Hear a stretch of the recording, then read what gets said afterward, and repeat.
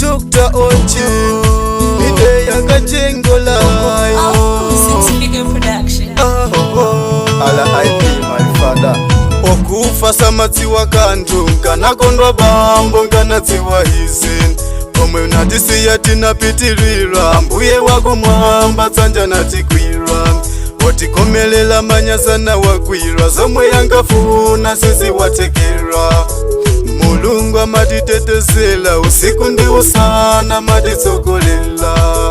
Hello hello bambo wanga ine ndabwela ndi utenga Ana anu ufeta kusowani timafuna titakuonani Hello hello bambo wanga ine ndabwela ndi utenga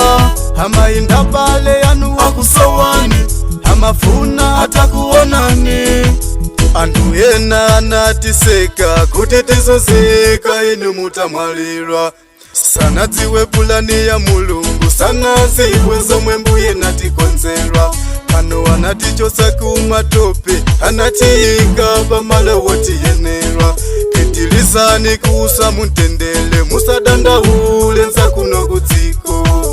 Hello hello bambo wanga ine ndabwela ndi utenga Ana anu ufeta kusowani timafuna titakuonani Hello hello bambo wanga ine ndabwela ndi utenga Hama indabale anu wakusowani hamafuna atakuonani Yehova samataya wake ye mwana dalesido satembeleleka Anayesela kutitsekela njila mbuye wako mwamba natitsekulila Matembelelo wonse yaja anawasandusa madaliso watu Chisoni bambo munatisiya timafunisisa mkanaona hizi Hello hello bambo wanga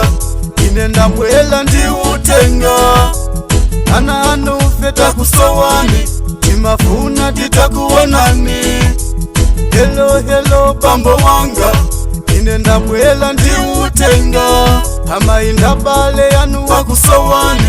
hamafuna atakuonani